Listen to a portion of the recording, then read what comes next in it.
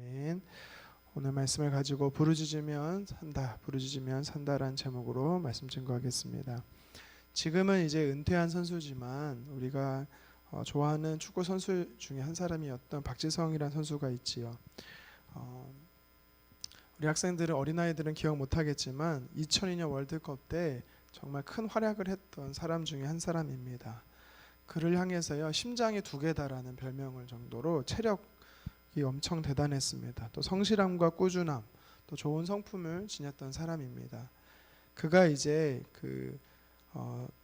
박지성 선수를 이끌었던 감독이 거스 히딩크 감독인데요. 그 히딩크 감독에 대해 이 박지성 선수가 한창 가장 잘 나갈 때 맨체스터 유나이티드에서 뛰고 있을 때 2011년도에 그가 이런 말을 했습니다. 무슨 말을 했냐면 히딩크 감독님이 없었다면 지금의 저도 없었을 것입니다 라는 말을 했습니다. 자기에게 있어서 큰 스승이고 은인이기도 하면서 또 축복된 만남이었다라는 것을 이야기해 주는 것이죠.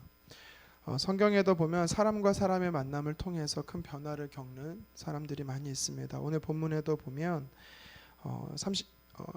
29절에 보니까 예수님을 만난 두 맹인이 나옵니다. 이 두 사람도 예수님을 만나서 큰 변화를 겪게 되는 것을 오늘 말씀을 통해 볼 수가 있지요. 언제부터인지는 모르겠지만 두 눈을 볼 수 없으므로 이 사람들에게 참 많은 고통과 어려움이 있었을 것입니다. 시각장애인들에게는요, 이 하루에도요 몇 번이나 목숨을 걸어야 하는 일들이 많다라고 말합니다.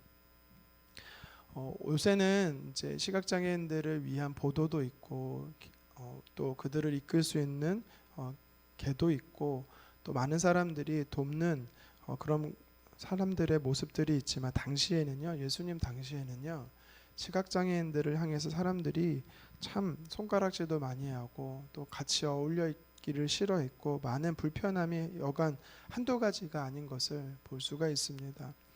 또 오늘 이들은요, 말씀에 보니까 성경에는 등장하진 않지만 오늘 우리가 읽은 본문에 등장하지 않지만 똑같은 내용의 말씀인 이 마가복음에 보니까 이들의 상태에 대해서 한 가지 이야기해 주는 힌트가 있습니다. 뭐냐면 이 맹인 중에 한 사람의 이름이 이 바디메오라고 나옵니다. 이 바디메오의 이름의 뜻이 어떤 뜻이 있냐면 이게 두 단어의 합성어인데요. 바라는 단어와 이 디메오란 단어의 합성어입니다. 이 바라는 것은 아들이고 디메오라는 뜻이 뭐냐면 이 히브리어 중에 불결하다, 부정하다라는 뜻이 있습니다.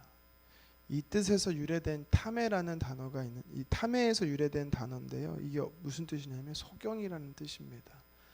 그러니까 소경의 아들이란 이름이 있는 것이죠. 그러니까 오늘 말씀에 보면 두 사람의 소경이라고 말할 때 이 두 사람의 관계가 뭔지를 우리가 알 수 있다라는 것입니다. 한 사람은 아버지고 한 사람은 아들이라는 것이죠. 그러니까 오늘 본문에서 보면은 30절에 맹인 두 사람이 길가에 앉았다가 예수께서 지나가신다함을 듣고 소리질러 이르되 라고 나오지요. 여기서 보면 맹인 두 사람의 관계가 앞을 보지 못하는 아버지와 또 앞을 보지 못하는 아들, 이 둘을 이야기하는 것입니다. 부모의 마음에 가장 아플 때, 괴로울 때가 무엇인지 아십니까? 그것은 자녀가 질병으로, 아픔으로 고통을 토로하고 있을 때입니다. 그런데 더 괴로운 게 뭐냐면 그것이 바로 자기와 똑같은 아픔을 갖고 있을 때인 것을 볼 수가 있습니다. 정말이지 인정하고 싶지 않은 현실이죠. 저주받은 아버지와 저주받은 아들의 이 삶을요 원망하며 살 수 있는 것을 우리가 보게 됩니다.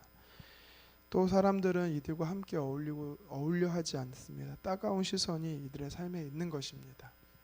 그런데 이 두 사람의 삶에 변화의 물결이 일기 시작을 하죠. 그것이 무엇입니까? 예수님께서 이 두 사람이 있던 여리고에 찾아오신 것입니다.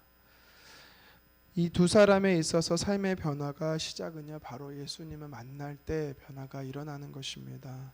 우리의 삶도 마찬가지입니다. 죄인 되었던 우리의 삶에 먼저 찾아오신 예수님이 계십니다. 그 예수님을 통해서 우리가 삶의 변화를 겪게 되는 것이지요. 자, 그들의 삶 가운데 찾아왔던 그 예수님, 주변에 많은 사람들이 웅성웅성하기 시작합니다. 예수님이 오셨다라는 거죠. 그들이 보지 못하기 때문에 더 발달된 기능이 있었습니다. 그것은 뭐냐면 그들은요 모든 정보를 귀로 듣는다라는 것이죠. 정확히 누군지는 모르겠지만 예수라는 분께서 많은 사람들을 고치셨고 오병이어와 칠병이어의 역사들을 베푸셨다.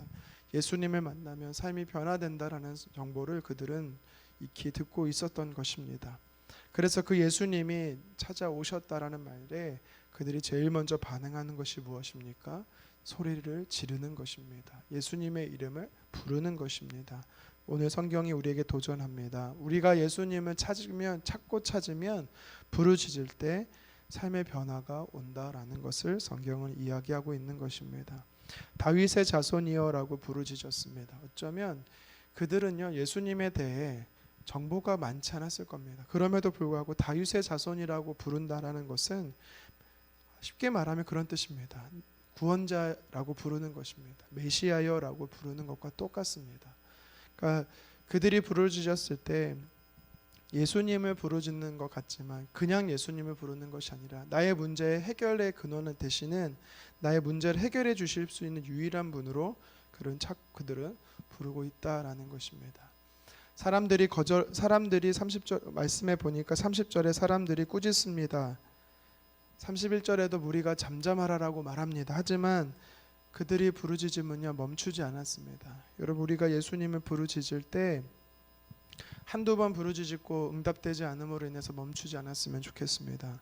계속해서 우리는 전심으로 부르짖어야 되는 것입니다. 예레미야 33장 3절에도 말하지요. 너는 내게 부르짖으라 내가 내게 응답하겠고 내가 알지 못하는 크고 은밀한 일을 내게 보이리라. 시편 50편 15절에도 말합니다. 환난 날에 나를 부르라라고 성경은 말하고 있습니다. 우리가 문제가 생겼다면 그 문제를 가지고 하나님 앞에 나아가서 부르짖는 저와 여러분 되었으면 좋겠습니다. 우리의 문제가 너무 괴롭고 너무 힘들고 너무 고통스럽다 할지라도 우리가 예수님께 가지고 나가야 할 문제는 이 모든 것을 다 포함하고 있다라는 것을 기억하셨으면 좋겠습니다. 계시록 3장 20절은 말합니다. 볼지어다 내가 문 밖에 서서 두드리노니 누구든지 내 음성을 듣고 문을 열면 내가 그에게로 들어가 그와 더불어 먹고 그는 나와 더불어 먹으리라. 아멘. 우리가 마음의 문을 열어서 전심으로 주님을 우리 마음 가운데 영접하기 원하면 주님께서는 그 사람의 상태가 어땠든 상관없이 함께 거하시겠다라고 말합니다. 혹시 지금 저와 여러분의 상황이 마치 오늘 본문에 나오는 두 사람의 맹인과 같이 아무것도 보이지 않고 깜깜한 어두운 상황 가운데 있다라 할지라도 그 문제가 우리 가정의 문제, 자녀의 문제, 일과 사업의 문제, 건강의 문제, 또 미래에 대한 불확실성의 문제라 할지라도 끝이 보이지 않는 인생의 바닥에 몰아치는 상황이라 할지라도 도저히 내 힘으로 견딜 수 없는 상황이라 할지라도 오늘 말씀은 우리에게 도전합니다. 예수님께 부르짖으면 우리가 살 수 있다라는 것입니다. 그리고 이 두 사람의 특징은 뭐냐면 주변에서 예수님을 부르짖는 이 두 사람을 향해서 사람들은요 계속해서 막는 것입니다. 상황이요 계속해서 좋지 않아지는 것입니다. 하지만 야고보서 1장 6절은 말하죠. 오직 믿음으로 구하고 조금 더 의심하지 말라. 이 두 사람은요 의심하지 않았습니다. 반드시 예수님이 우리를 만나 주실 것에 대한 확신 가운데 나아갔던 것입니다.